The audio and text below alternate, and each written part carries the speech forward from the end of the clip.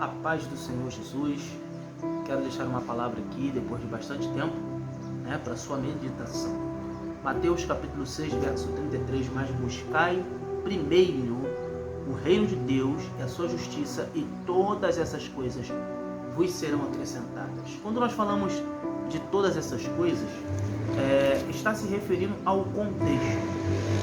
O que é o contexto? Aquilo que vem anteriormente. E anteriormente, a epígrafe diz assim, o tesouro no céu, o olho puro, os dois senhores, a ansiosa solicitude pela nossa vida. Então aqui vem falando para não ajuntar tesouro na terra, mas sim no céu. Aqui vem falando que a candeia do corpo são os olhos. Se seus olhos forem bons, todo o teu corpo terá luz. Se seus olhos forem maus, todo o teu corpo será tenebroso. Então aqui vem falando de uma série de coisas acerca de ter, que não dá para servir a dois senhores. Também vem falando que Deus é aquele que nos alimenta, é aquele que nos dá a porta para o alimento. Enfim, a direção de como se alimentar, Enfim, e por último, vem dizendo que antes de tudo isso, devemos nos preocupar em buscar primeiro o reino de Deus e a sua justiça. É aí que entra o grande problema, porque muita gente não sabe o que significa buscar o reino de Deus e a sua justiça, e muitos apenas param em buscar o reino de Deus e esquecem que existe buscar a justiça também.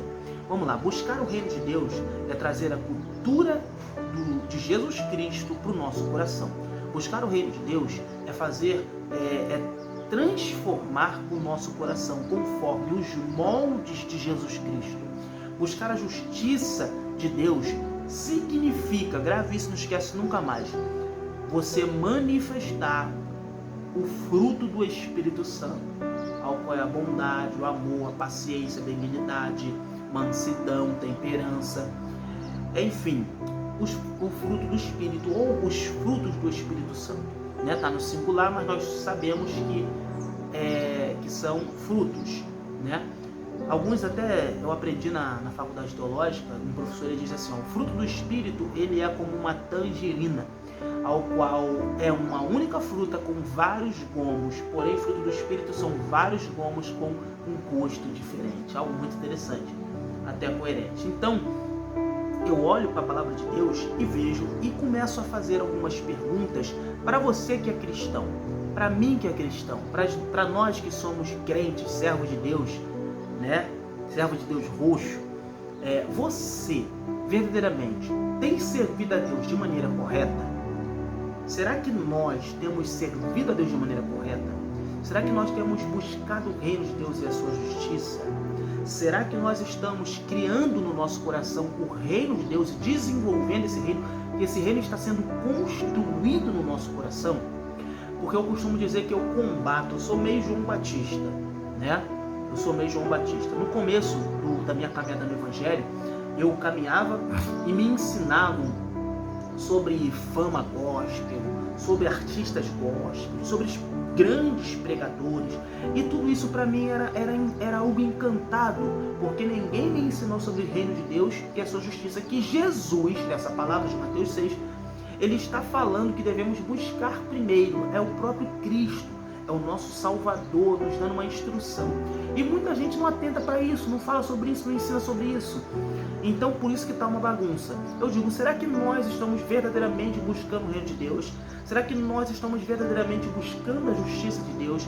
Será que estamos vivendo da maneira correta, a maneira cristã que Jesus deixou para a gente?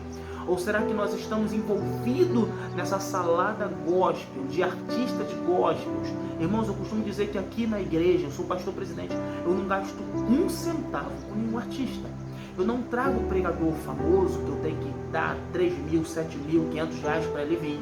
Eu não junto dinheiro para poder trazer cantor famoso para vir aqui na igreja, porque esse dinheiro pode ser investido no templo, esse dinheiro pode ser investido com cesta básica para a própria igreja, esse dinheiro pode ser investido ali para o povo, de maneira ao qual melhore a estrutura do templo, melhore a comodidade do povo, enfim, ou até ajudar também no gás de alguém, ajudar a pagar algum aluguel de alguém. Enfim, eu acho que essa é a visão correta. Se eu estiver errado, por favor, me corrija, né? Mas eu acho que essa é a visão correta do que é viver o evangelho que Cristo deixou pra gente.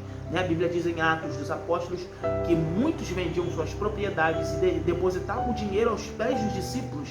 Hoje está difícil de alguém fazer isso, porque a gente sabe que quando se deposita o dinheiro aos pés dos discípulos de hoje, né, dos apóstolos, melhor dizendo, dos apóstolos de hoje, esses apóstolos vão gastar esse dinheiro com seu bel prazer, né, trocando seu carro, reformando a sua casa, né, guardando dinheiro na conta dele, né, e usufruindo desse dinheiro e não deixando esse dinheiro para o templo. Né? Eu não estou dizendo que essa pessoa não pode usufruir de alguma coisa se ela vive para a obra. Eu não estou falando isso. Também não sou um ignorante. Mas eu estou falando é que a pessoa pega daquele 100% daquele dinheiro e usa 95% com ela própria e 5% já viu, né?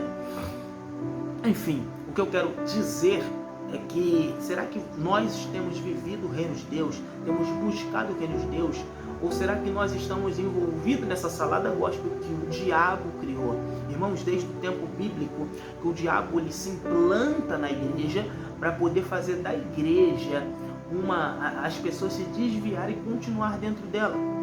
Então a coisa está feia, o negócio está sinistro. E se você é um desses, tá? Deus me enviou para falar com você. Se você é um desses que vive nesse meio artístico gospel, onde se gasta dinheiro com artistas, onde se paga hotel caro, avião, Uber caro e tudo isso para poder trazer aquela pessoa para ela falar ali durante 40, 50 minutos e levar 2, 3 mil da igreja, R$1.000 da igreja, 5 mil, 7 mil da igreja.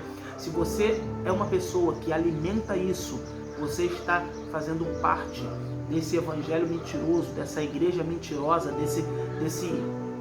dessa mentira do diabo que ele implantou. Vou te dizer uma coisa, o evangelho da prosperidade é do diabo. Você se envolver que essa mídia podre gospel é do diabo. E vai chegar um dia em que Mateus capítulo 7 vai se cumprir.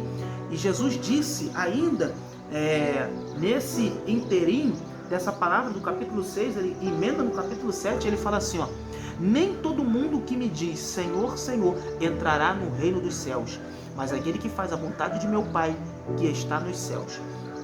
Muitos me dirão naquele dia, que está em maiúsculo, simbolizando, significando aqui o juízo final.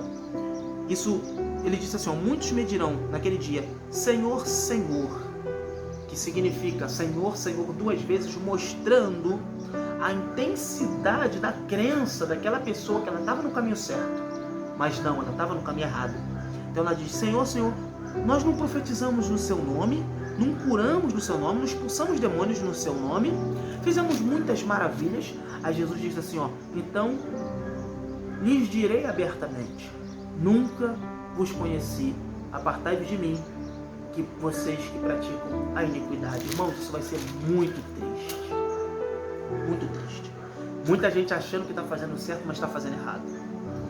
Muita gente pensando que está no caminho certo, mas está no caminho errado. Por isso que eu venho aqui como João Batista te alertar, como Paulo te alertar, como profeta de Deus te alertar. Deus me chamou como profeta de Deus. O profeta sempre fala aquilo que o povo não gosta. E eu estou aqui para falar geralmente o que as pessoas não gostam, o que mexe aqui no coração, o que incomoda. Para isso que Deus me chamou, para trazer uma verdadeira transformação daquilo que é o verdadeiro evangelho de Cristo. Se você está nesse meio, sai enquanto é tempo. Se você está nesse meio, se volte para a Bíblia enquanto é tempo. Busca primeiro o reino de Deus e a sua justiça. Não se envolva com essa porcarice que está aí no nosso meio. Mas volte para Jesus. Volte para Cristo. Não adianta eu estar na igreja e não estar em Cristo. Porque eu posso estar na igreja e não estar em Cristo. Agora é impossível eu estar em Cristo e não estar na igreja. Então guarda isso no seu coração. Se você é uma pessoa que está desviada e está dizendo que está salva por Deus, ou se você é uma pessoa que está na igreja, mas está fazendo parte dessa podridão gospel, eu te convido a sair disso. Eu te convido a procurar uma igreja séria, uma igreja que não paga artista, uma igreja que não está preocupada com o rótulozinho da sua igreja. Nós somos assembleianos, nós somos batistas, não estou falando dos meus, são meus irmãos. São meus irmãos, aqueles que congregam nessas igrejas, são meus irmãos. Mas eu estou falando que tem gente que se apega à denominação. Se apega à denominação ao invés de se apegar a Cristo. Cristo não tem denominação.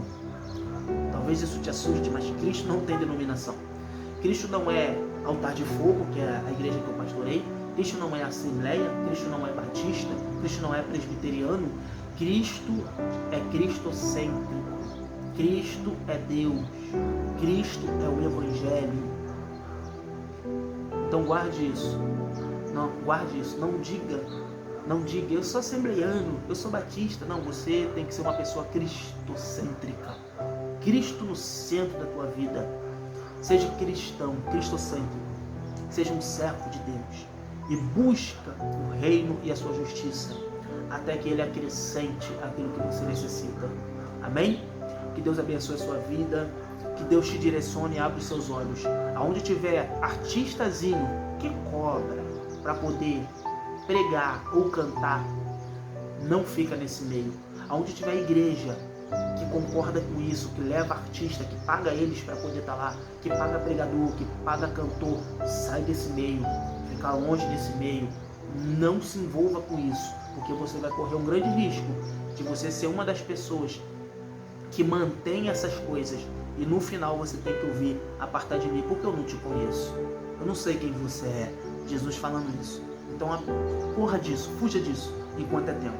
Que Deus te abençoe, te dê graça em seus olhos, para que você possa enxergar tudo isso que eu estou falando.